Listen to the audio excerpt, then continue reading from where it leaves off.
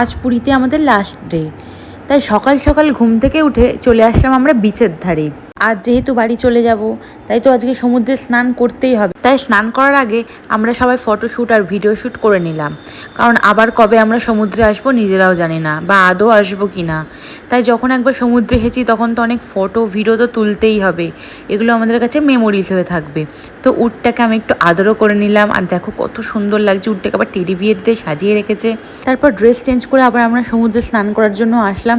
তো ভীষণ আনন্দ করেছি, ভীষণ মজা করেছি, মানে বলেও বোঝাতে পারবো না যে এত মজা করেছি আমরা সবাই মিলে। 4-5 ঘন্টা ধরে আমরা কীভাবে যে সমুদ্রে সময় কাটালাম আমরা নিজেরাও বুঝতে পারিনি।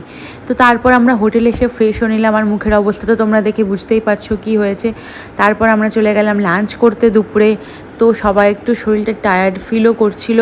আমি এত ভিডিও করেছি, বাট একসঙ্গে সবাইকে একটা ভিডিওতেও মনে হয় আনতে পারিনি। তো এই ভিডিওটাতে এই জায়গাটায় সবাই একসঙ্গে